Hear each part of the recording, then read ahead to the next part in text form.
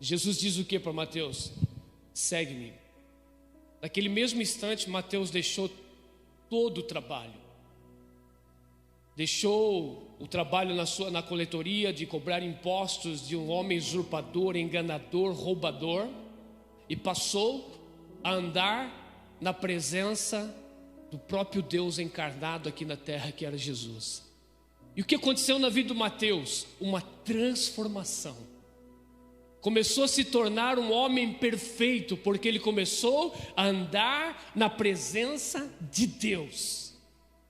Quando Deus chama Pedro, a André, aos outros discípulos, qual foi a palavra de Jesus? A Pedro, André, a João, que eram pescadores, e disse: a partir de hoje farei de vocês pescadores de homens. E a partir daquele momento, esses homens começaram a andar na presença do Deus encarnado, que era Jesus. E a vida desses homens começou a ser transformadas e mudadas. Pedro continuou errando, andando na presença de Jesus? Continuou dando canelada, pisando na bola, falando besteira? Sim. Mas chegou um dia na vida dele que ele atingiu a perfeição. Depois que ele teve um encontro com o Espírito Santo, depois do Pentecoste. Veja a vida de Pedro antes do Pentecoste e depois do Pentecoste, antes de Atos capítulo 1 e depois, capítulo 2, depois de Atos capítulo 2. Veja a vida de Pedro. Ele andou na presença de Jesus, continuou errando.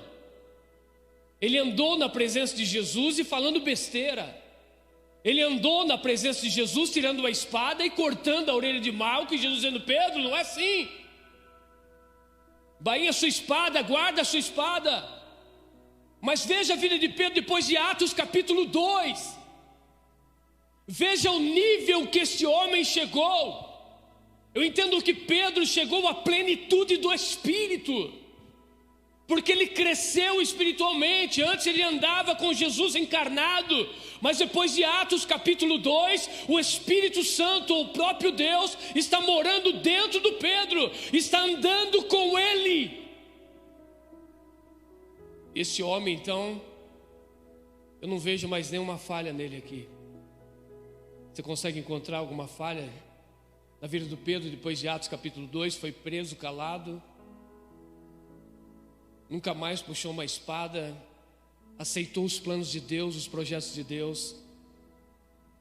Diz a história que ele foi crucificado de ponta cabeça, porque ele disse: eu não mereço ser crucificado como Jesus. Atingiu um nível tão elevado na vida dele.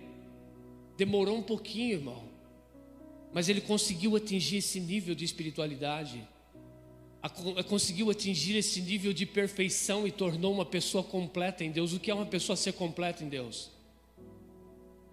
É nunca mais olhar para as coisas materiais, por aquilo que está acontecendo, e olhar somente para Deus e para as promessas de Deus e cumprir o plano e o propósito de Deus aqui nessa terra.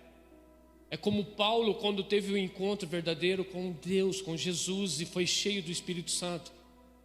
Veja a vida dele. Ele regrediu, ele voltou para trás em algum momento na vida dele? Não, ele começou a andar com Jesus, um homem cheio do Espírito Santo.